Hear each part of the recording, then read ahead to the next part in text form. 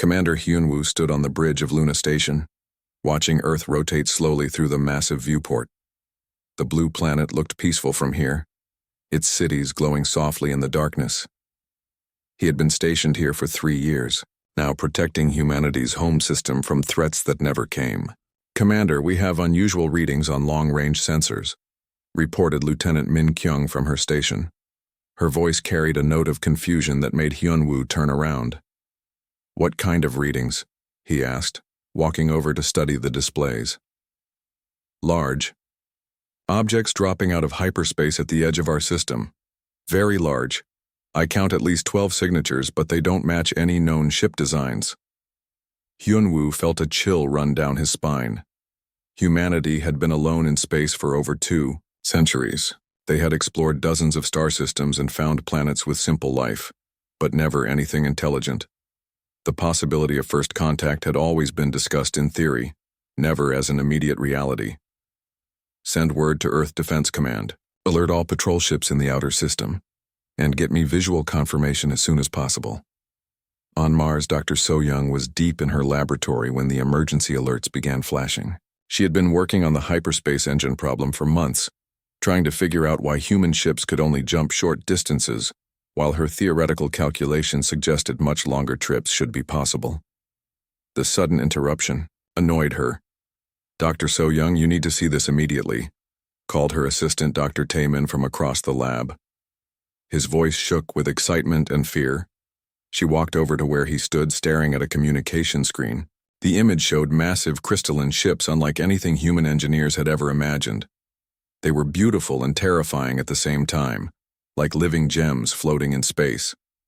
Each ship was easily 10 times larger than humanity's biggest. "Warships, where are they from?" So-young whispered.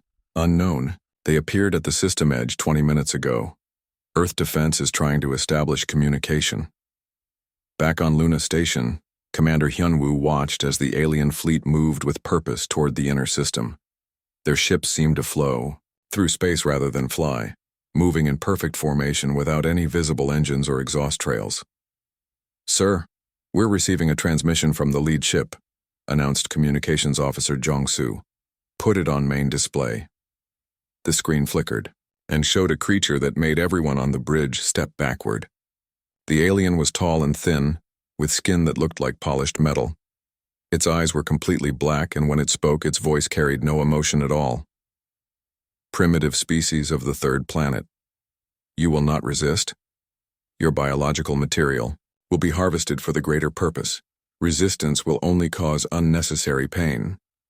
The transmission ended abruptly. Hyunwoo stared at the blank screen for several seconds before his training kicked in. Red alert throughout the system. All defense platforms are now active.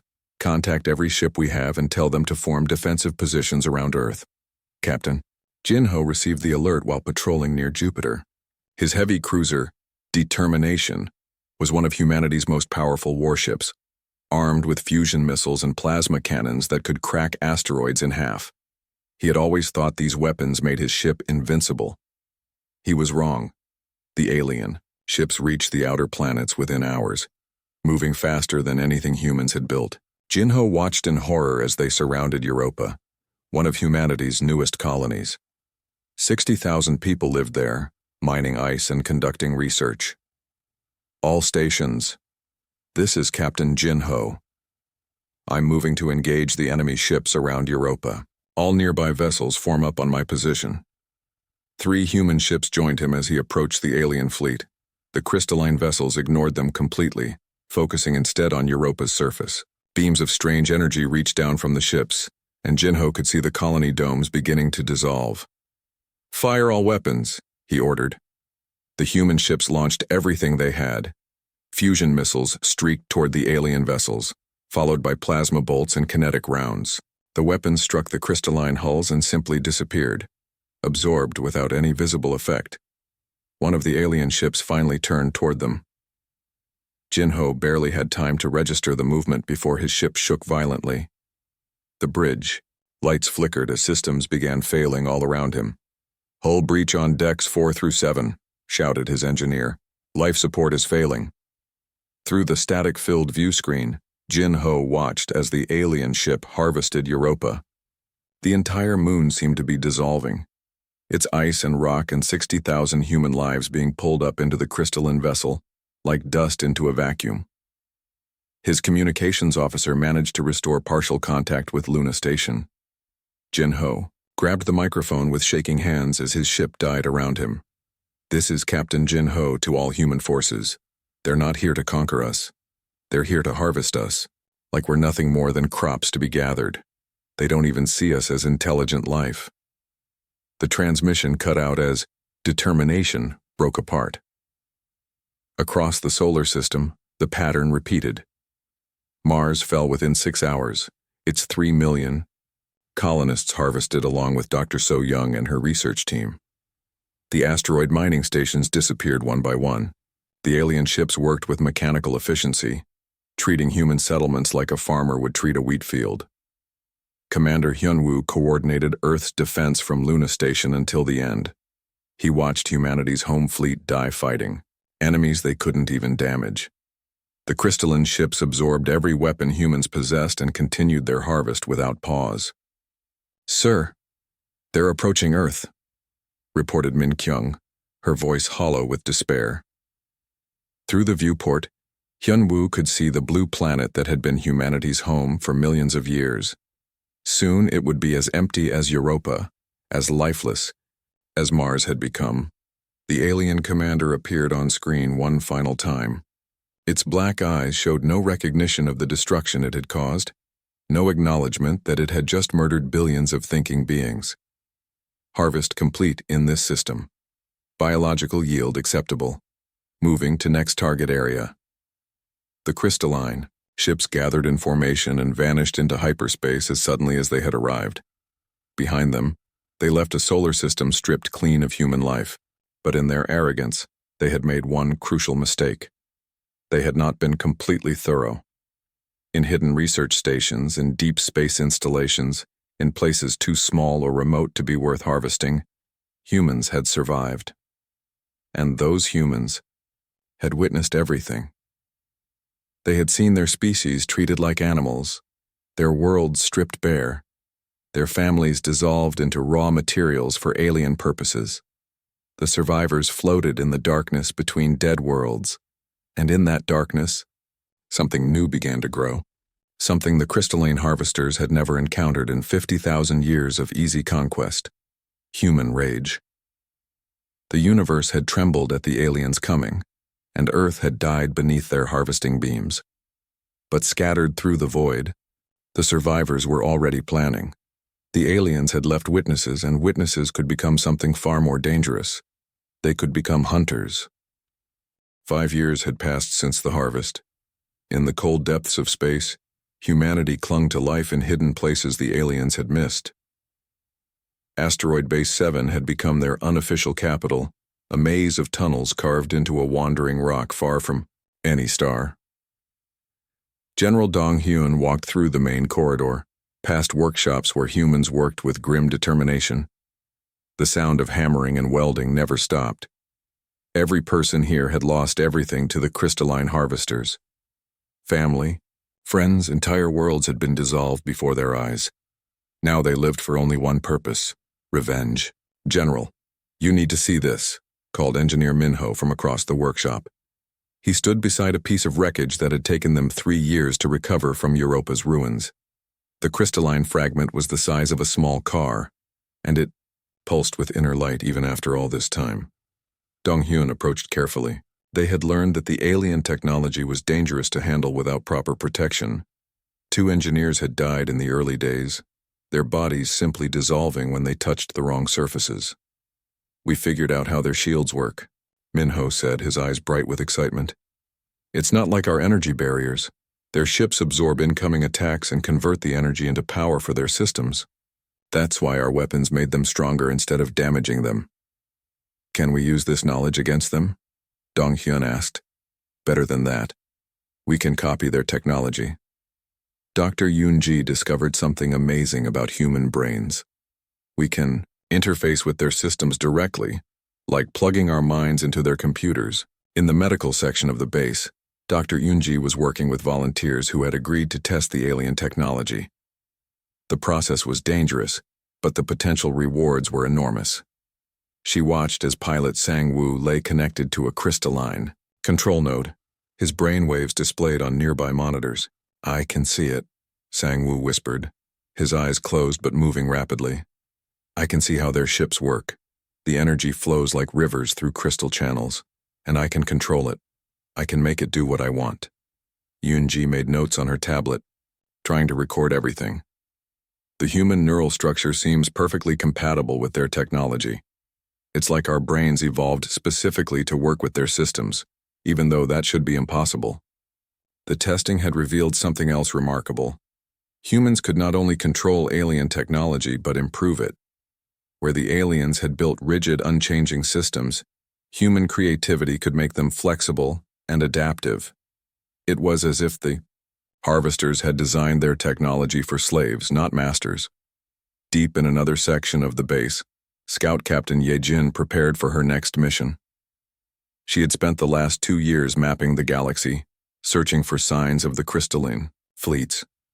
Her small ship was almost invisible to sensors, built from salvaged human technology and powered by a captured alien energy core. "I'm picking up transmissions from the Rigel system," she reported to General Dong-hyun over the communication link. "The same patterns we recorded during Earth's harvest. They're hitting another world." Dong-hyun felt his hands clench into fists. Somewhere out there, another intelligent species was experiencing what humanity had endured. Another civilization was being dissolved into raw materials for alien purposes. "Can you identify the target species?" he asked. "Preliminary scans suggest they call themselves the Kalani. They appear to be peaceful, with limited space technology. They have no chance against the harvesters." The command center fell silent. Everyone present knew what this meant. The crystalline ships were continuing their pattern of genocide across the galaxy, harvesting one species after another. If humanity remained hidden, the Kalani would die, just as Earth had died. But revealing themselves would expose the human survivors to certain death. They were still weak, still learning how to use the alien technology they had captured.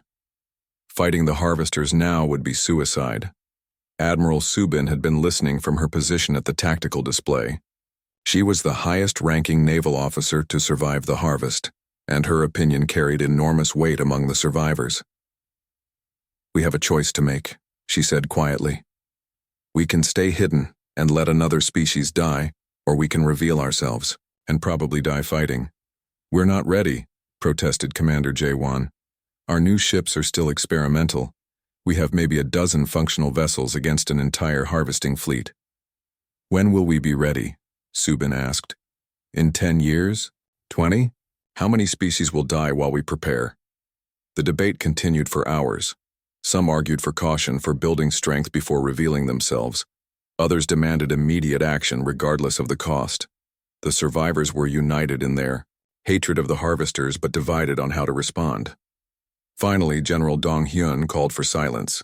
He had been thinking about Captain Jin-ho's final transmission, the words that had haunted every survivor for 5 years. "They don't even see us as intelligent life. The harvesters made a mistake when they left us alive," he said. "They assumed we would die quietly or hide forever. They were wrong. We are no longer the humans we were before the harvest. We are what they made us. And what we are is wrath." He turned to Admiral Subin. "Prepare the fleet. We're going to Rigel." The next few days passed in frantic preparation. Human engineers worked around the clock to ready their hybrid vessels, ships that combined human engineering with alien technology. The designs were crude but functional, built for one purpose: to kill crystalline harvesters. Captain Hansol inspected his new command, a heavy cruiser they had named Retribution. Its hull was scarred metal plating welded over a framework of living crystal. The weapons were human-designed plasma cannons powered by alien energy cores. It looked like a patchwork monster, but tests had shown it could match the harvesters' speed and firepower. "It's not pretty," admitted his chief engineer, "but it will do the job." Similar ships were being completed throughout the hidden base. Fighters that could phase in and out of normal space like the alien vessels. Destroyers armed with weapons that could penetrate crystalline shields. Each ship was a fusion of human, Innovation and stolen technology. Dr. Yunji made her final preparations as well. She would accompany the fleet as their expert on alien technology, ready to interface with captured systems during battle. The neural connection process was still dangerous, but she had volunteered without hesitation. "If we die doing this," she told her assistant, "at least we die fighting. That's more than the harvesters gave our families." As the human fleet prepared to depart, General Donghyun addressed all the survivors over the communication system. His words would be remembered for as long as humanity existed. "For 5 years we have lived in darkness. We have mourned our dead and nursed our hatred. Today, that changes. Today, we become what the universe needs us to be. We become the hunters of those who prey upon the innocent." The small fleet of hybrid ships powered up their alien engines and vanished into hyperspace, heading for the Rigel system. Behind them, they left their hidden asteroid base and their old lives as victims. Ahead of them waited their first battle as something new, something the crystalline harvesters had never encountered in 50,000 years of easy conquest. They were about to meet humanity's rage made manifest. The human fleet dropped out of hyperspace at the edge of the Rigel system. Captain Han Sol stood on the bridge of retribution, watching the tactical displays as they painted a picture of ongoing horror. 12 crystalline harvesting ships surrounded the blue-green world of the Kalani homeworld. "Same pattern as Earth," reported his sensor operator. "They're dissolving the population centers and drawing everything up into their ships." Han Sol felt the familiar cold rage settle in his chest. Somewhere on that planet, innocent beings were dying the same death his family had suffered. Children were being dissolved into raw materials. Entire civilizations were ending in screams that no one would remember. "Signal the fleet," he ordered. "All ships attack formation. Target the harvester closest to the planet." Admiral Subin coordinated the assault from her flagship, Vengeance. The human ships moved with deadly purpose, their hybrid engines allowing them to match the harvester's impossible speed. For the first time in 5 years, humanity was on the attack. The crystalline ships detected the approaching fleet and turned to face them. Their alien commanders had harvested hundreds of species without serious resistance. They expected this encounter to follow the same pattern. They were wrong. "Fire!" Han Sol commanded. Human plasma cannons powered by alien energy cores erupted across space. The weapons struck crystalline hulls and, instead of being absorbed harmlessly, carved deep gouges in the alien armor. The harvesters' shields flickered and failed under the assault. On the lead harvesting ship, Commander Vexka watched in confusion as his vessel's defenses crumbled. This had never happened before. The primitive species they were harvesting should not have possessed weapons capable of penetrating crystalline hulls. "Return fire," he ordered. "Destroy the attacking vessels." The harvesters' energy beams lashed out at the human ships, but where Earth's fleet had died helplessly under similar attacks, the hybrid vessels absorbed the incoming fire and converted it to power for their own systems. The harvesters were learning what it felt like to have their own weapons used against them. Commander Jaewon piloted his fighter Fury through the battle, weaving between the massive ships as he hunted harvester interceptors. His craft was tiny compared to the alien vessels, but it could phase in and out of normal space just as the harvesters could.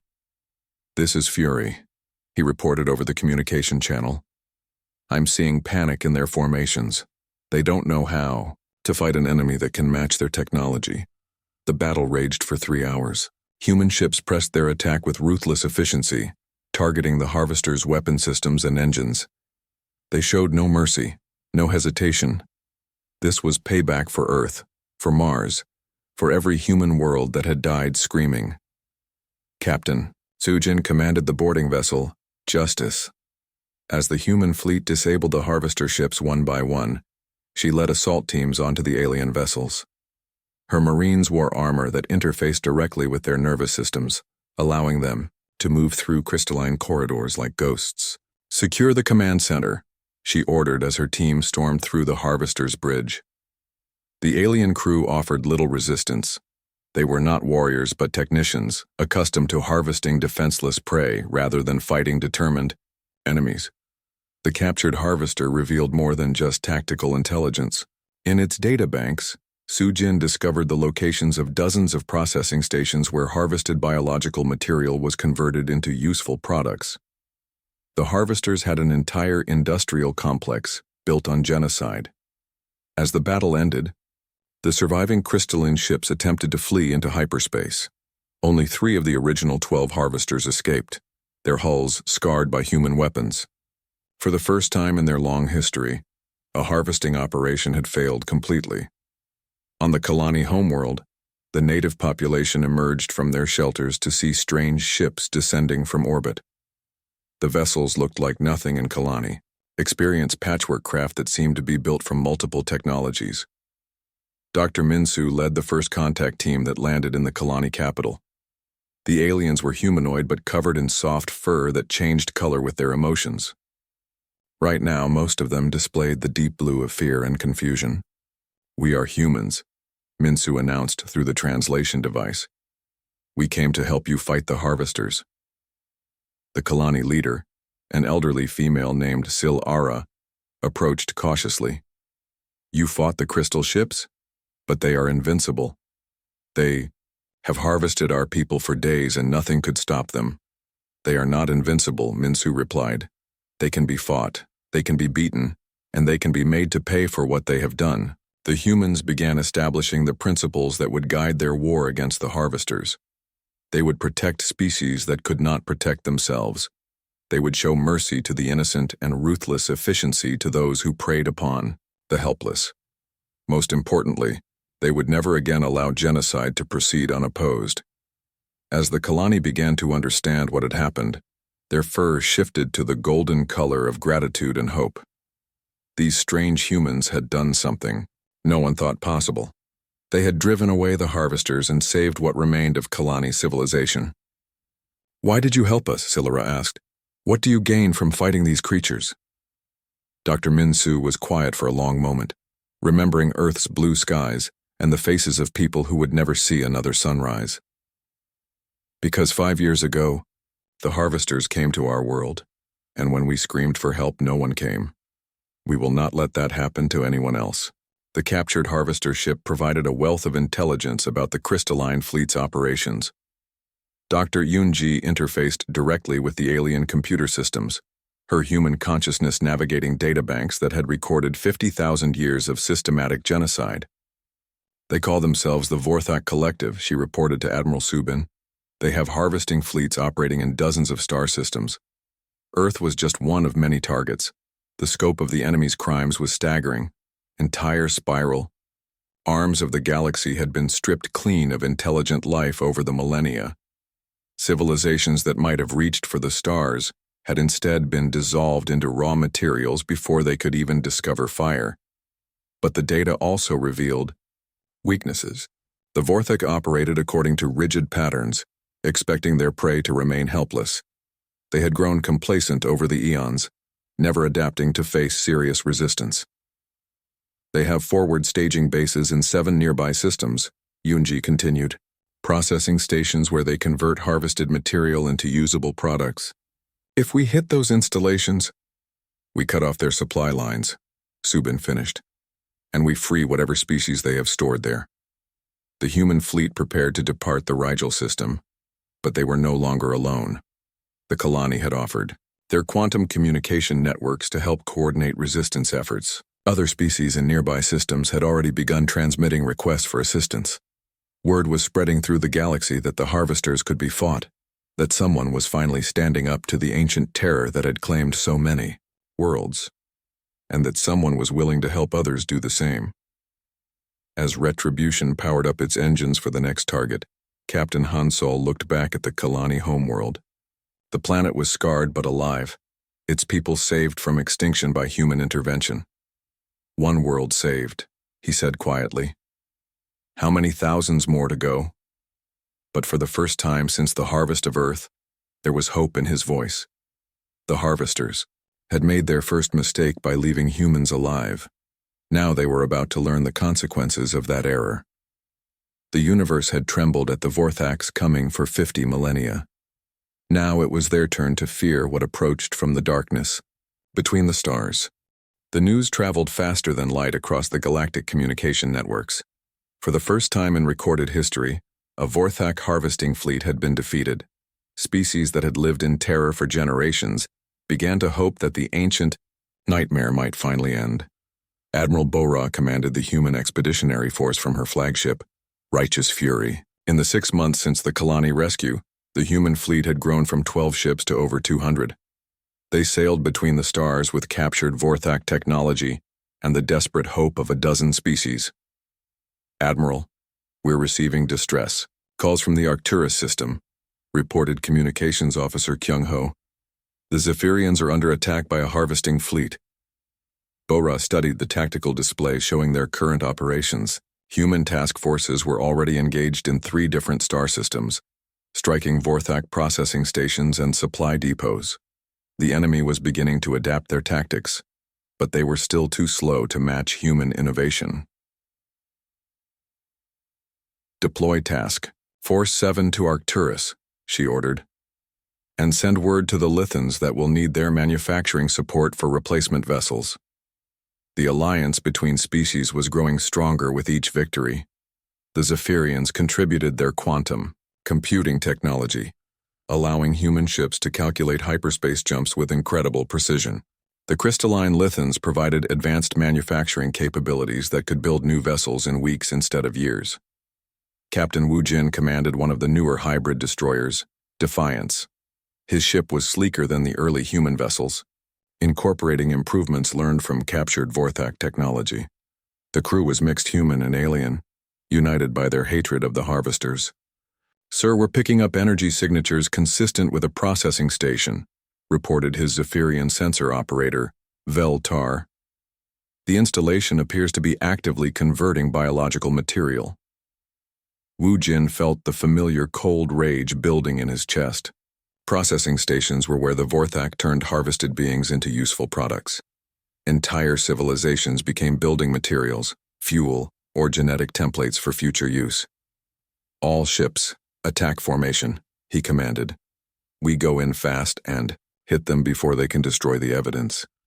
The human task force dropped out of hyperspace around the processing station with weapons already charging. The installation was massive, a crystalline structure the size of a small moon surrounded by harvester ships and cargo vessels. "My sensors are detecting millions of life signs in the processing bays," Veltar reported, his voice shaking with emotion. "They're still alive in there." The battle was swift and brutal. Human ships had learned to fight like wolves, coordinating their attacks to overwhelm individual targets before moving on to the next.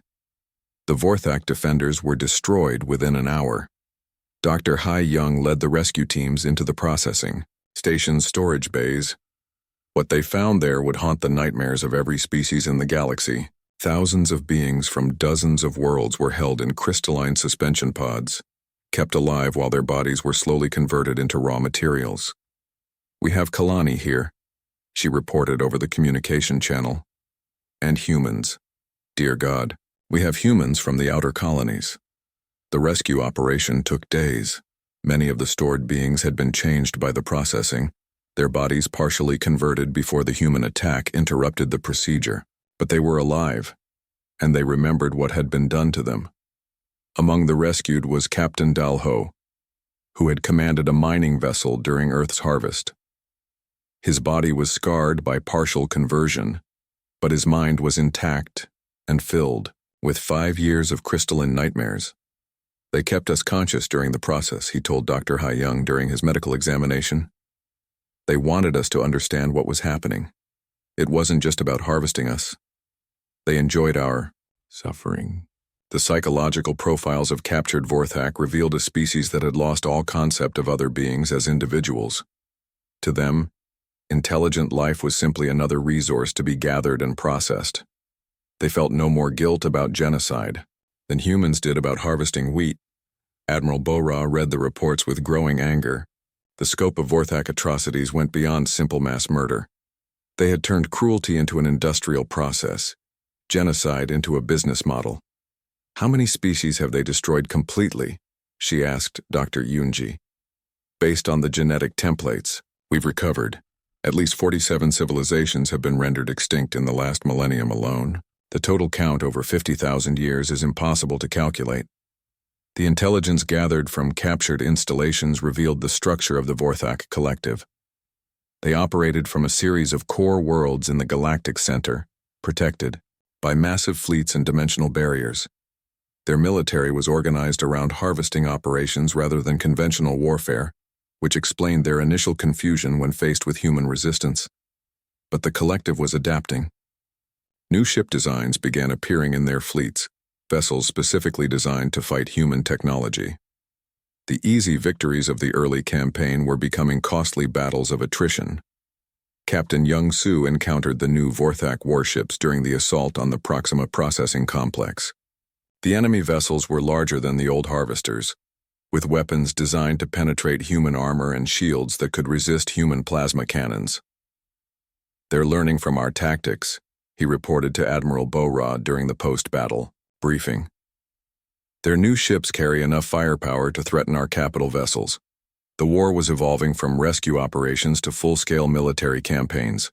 Human strategists worked around the clock to develop new weapons and tactics to match the evolving Vorthak threat. The Alliance species contributed their own innovations, creating a technological arms race that spanned multiple star systems.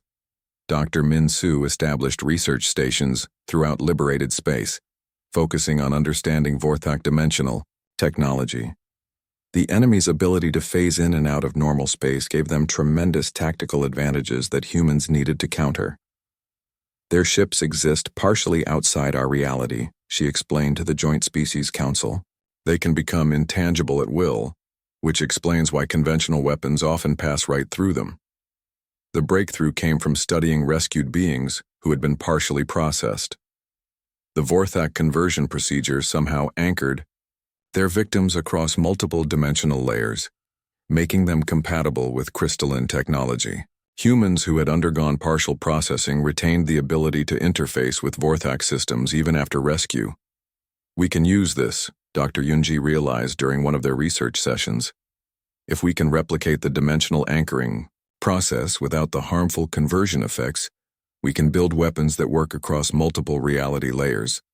The first dimensional phase cannons were deployed 6 months later, mounted on the new Vengeance-class battleships. The weapons could strike targets regardless of their phase state, eliminating the Vorthak's primary tactical advantage.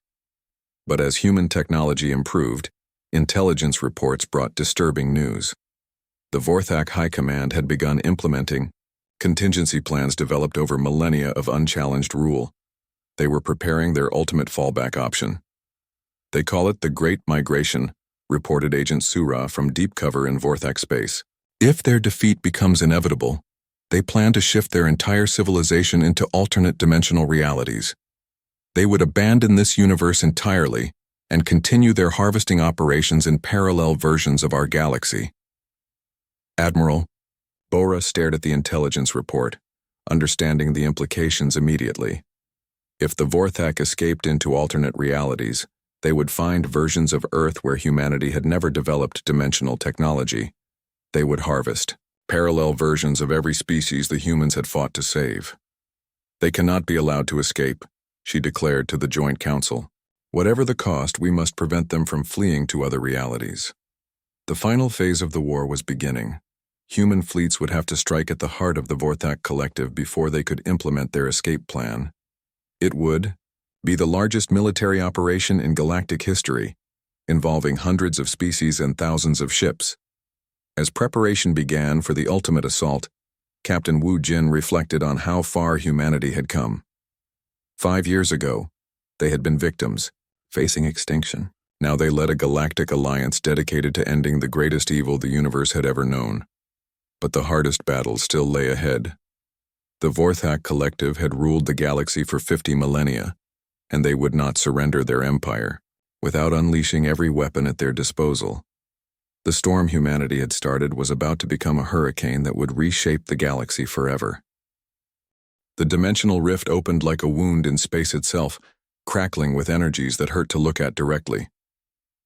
Fleet Admiral Teho watched from the bridge of Terran Vengeance as Vorthak installations began flickering between realities, their crystalline structures becoming translucent ghosts of themselves. "They're actually doing it," whispered Dr. Kyung-mi from her position at the science station. The collective is abandoning this reality entirely. For months, human intelligence had warned of this possibility.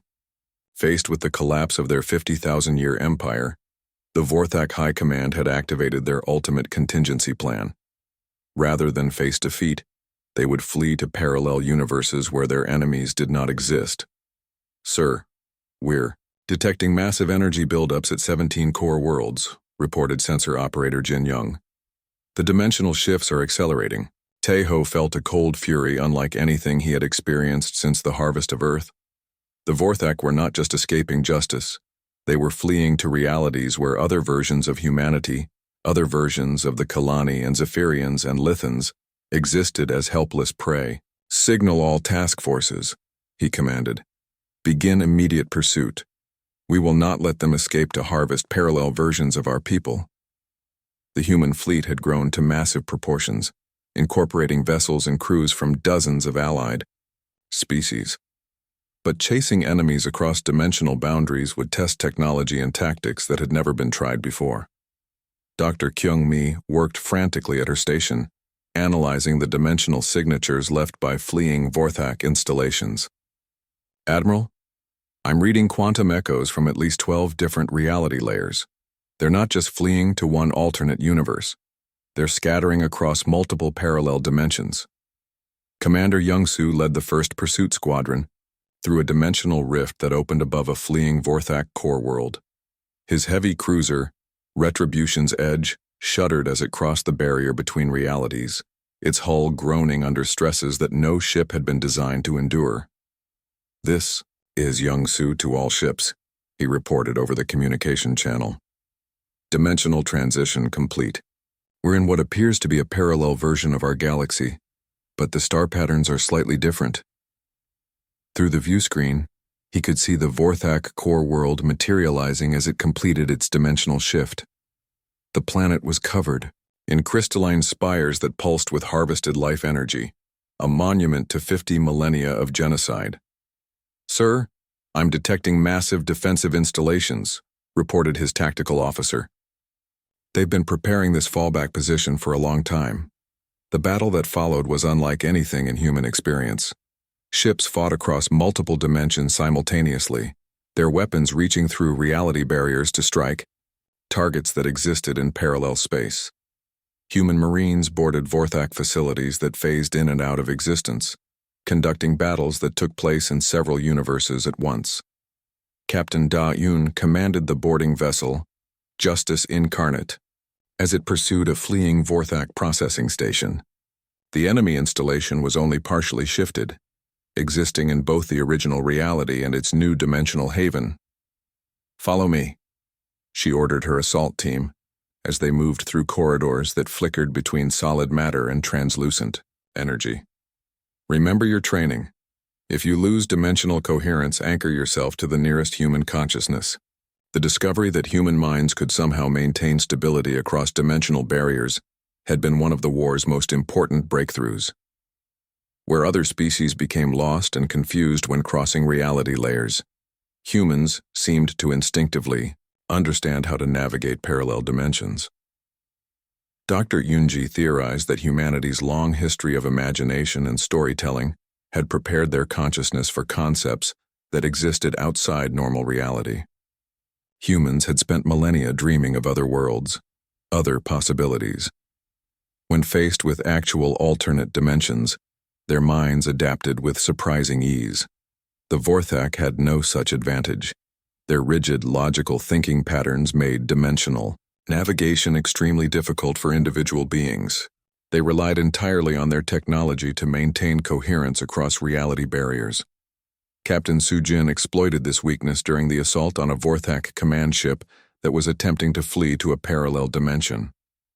Her strike team used experimental dimensional disruptors to destabilize the enemy vessel's phase generators. "Target their quantum coherence matrix," she ordered her weapons officer. "If we can disrupt their dimensional anchor, they'll be trapped between realities."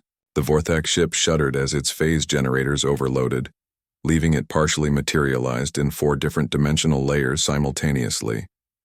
The enemy crew, unable to cope with existing in multiple realities at once, collapsed into unconsciousness. But the collective's escape plan was succeeding in other areas. Entire harvesting fleets vanished into alternate dimensions, carrying their genocidal mission to universes where no resistance existed. Reports from human scouts painted a horrifying picture of parallel realities where different versions of Earth had already fallen to Vorthak harvesters. "We need to accelerate our pursuit operations," Admiral Tejo declared during a strategy meeting with Alliance commanders. "Every moment we delay means more parallel civilizations face extinction." The solution came from an unexpected source. Among the rescued beings from Vorthak processing stations were individuals who had been partially converted using dimensional anchoring technology. These survivors retained the ability to exist across multiple realities simultaneously. Volunteer Sang-ho had lost his left arm and part of his torso to Vorthak processing, but the conversion had left him with the ability to perceive dimensional boundaries directly. He could see the quantum threads that connected parallel realities and guide human ships along safe passage routes. "I can feel them," he reported from the navigation station of Terran Vengeance. The Vorthak fleeing through that rift there. Their dimensional signature is like a trail we can follow. Using converted survivors as dimensional navigators, human task forces began pursuing Vorthak fleets across multiple reality layers. The chase led through universes where history had unfolded differently, where different versions of humanity had taken alternate paths to the stars. In one parallel dimension, they found a reality where Earth had been harvested only 2 years earlier. The Vorthak processing of that universe's humanity was still ongoing, with millions of alternate versions of human beings trapped in crystalline conversion chambers. The rescue operation became personal for every human crew member. They were literally saving alternate versions of themselves, parallel copies of their own families and friends. The emotional impact drove the fleet to new levels of determination. "These are our people," declared Captain Hansol as his Marines stormed a processing facility filled with alternate versions of Earth's population. "Maybe they're not the exact same individuals we lost, but they're still us, still human." The multi-dimensional war escalated as both sides committed increasing resources to the chase. Vorthak fleets that had successfully escaped to parallel dimensions found themselves under attack by human forces that could follow them anywhere they fled. Dr. Kyungmi made the breakthrough that would define the final phase of the campaign. By analyzing the quantum signatures of fleeing Vorthak installations, she discovered that all their dimensional escapes were connected to a single source reality. "They're not just fleeing randomly," she explained to Admiral Tejo. "All the dimensional rifts lead back to what they call the prime reality. That's where the collective originally evolved, the base dimension from which they launched their 50,000-year campaign of genocide." The implications were staggering. If the humans could reach the prime reality, they could strike at the very heart of the Vorthak Empire. They could end the threat not just in their own dimension, but across all the parallel universes the collective had ever infected. "Plot a course," Tejo ordered. "All fleets converge on the prime reality. It's time to finish this war once and for all." The massive human armada began gathering for the final assault. Ships from dozens of species united in their determination to end the Vorthak threat forever. They had chased their enemies across the boundaries of space and time itself. Now they would follow them home and deliver the justice that 50,000 years of victims demanded. The universe had trembled at the collective's power for millennia, but the Vorthak were about to learn that some things transcended the boundaries between realities. Human rage was one of those things. The prime reality was a universe of horrors beyond imagination. Admiral Chang-ho stood on the bridge of final justice, watching entire galaxies that had been stripped bare of life over the course of 50,000 years. Stars burned alone. In empty space, their planets dissolved into raw materials eons ago. "Sir, we're detecting the Vorthak home fleet," reported Tactical Officer Huan Jin. 7,000 ships arranged in defensive formations around their core worlds. Chang-ho studied the tactical display showing the gathered human armada. 2 years of dimensional warfare had brought together the largest military force in galactic history. Ships from dozens of realities flew in formation, crewed by alternate versions of the same species united in their hatred of the collective. "Signal all task forces," he commanded. "This ends today." Dr. Hei-Wan had spent months preparing for this moment, developing weapons that could function across multiple dimensional layers simultaneously. Her dimensional phase cannons could strike targets regardless of what reality they existed in, making escape impossible for the enemy. "Weapons are charged and ready," she reported from the fire control station. "Our targeting systems can lock onto Vorthak vessels even if they try to phase shift." The battle began as the human fleet crossed into Vorthak home space. Enemy ships that had never faced serious resistance in 50 millennia found themselves outgunned by an alliance that had learned to match their every technological advantage. Captain Seung-ho led the assault on the collective's prime reality, the original dimension where their genocidal empire had begun. His battleship, Humanity's Wrath, punched through Vorthak defensive lines with weapons powered by the rage of countless extinct civilizations. "This is for Earth," he declared as his guns reduced a Vorthak command ship to crystalline fragments. "This is for every world you murdered." The Vorthak homeworlds were monuments to universal-scale atrocity. Entire continents had been converted into processing facilities where the biological remains of 1,000 species were stored as raw materials. Gardens of crystalline spires contained the genetic patterns of civilizations that had been extinct for millennia. Commander Yu-Na led marine assault teams onto the surface of Vorthak Prime, the collective's capital world. What they found there defied description. Living cities built from the bones of harvested beings, art galleries displaying the preserved remains of extinct species as decorative objects. "They kept trophies," she reported over the communication channel, her voice shaking with revulsion. "They have entire museums dedicated to the civilizations they destroyed. They treated genocide like a hobby." The most horrifying discovery came in the collective's central archives. Dr. Kyungmi interfaced directly with their primary database, her human consciousness navigating databanks that contained the complete genetic patterns of every species the Vorthak had ever harvested. "Admiral, you need to see this," she called to Chang-ho. "They didn't just kill these civilizations, they preserved everything. Every individual who ever lived, their complete genetic and neural patterns stored in crystalline matrices." The implications were staggering. The Vorthak had not simply committed genocide. They had created the largest library of life in the universe, preserving their victims even as they murdered them. Billions upon billions of beings existed as stored patterns, waiting to be restored to life. "Can we bring them back?"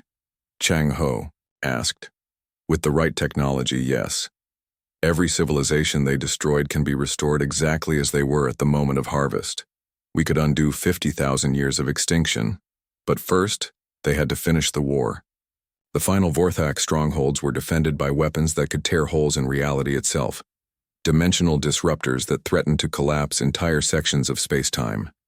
General Inho coordinated the ground assault on the collective's military command center, a massive crystalline fortress that existed in 17 different dimensions simultaneously. His troops fought battles that spanned multiple realities, pursuing enemy forces through corridors that led to parallel versions of the same battle. "The enemy is retreating to their final fallback position," he reported as human forces stormed the command center. "They're gathering at the Eternal Archive, their most sacred facility." The Eternal Archive was the collective's greatest monument to their own atrocities. It contained not just genetic patterns but complete neural recordings of every being they had ever harvested. The consciousness of entire species existed as stored data, aware of their imprisonment but unable to escape. Captain Su-Ra led the final assault on the Archive's central chamber, where the Vorthak High Command had gathered. For their last stand, the enemy leaders were ancient beings, some of them original architects of the 50,000-year genocide campaign.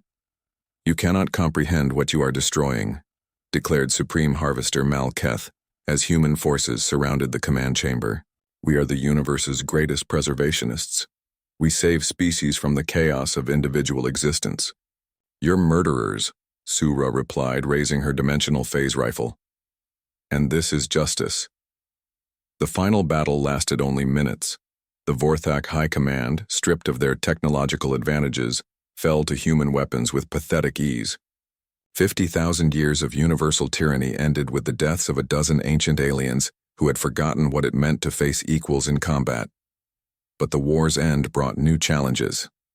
The human alliance now controlled the collective's entire infrastructure, including the technology needed to restore extinct civilizations. The decision of what to do with this power would define the future of multiple realities. Dr. Haywan led the effort to activate the restoration systems. One by one, extinct species began to emerge from the crystalline matrices where they had been stored. Beings who had died millennia ago opened their eyes to find themselves in a universe free from Vorthak terror. The first humans to be restored came from a reality where Earth had fallen 10,000 years earlier. They emerged from the storage matrices confused but intact, their last memory being the crystalline ships descending from space. "Where are we?" asked the alternate version of Dr. So Young, her voice shaking as she tried to understand what had happened. "You're free," replied the original Dr. Yunji, helping her alternate self to stand. "The harvesters are dead. All of them. You're safe now." The restoration process took months, but eventually entire civilizations were brought back to life. Species that had been extinct for millennia found themselves with new worlds to inhabit, their genetic patterns used to create thriving populations across multiple realities.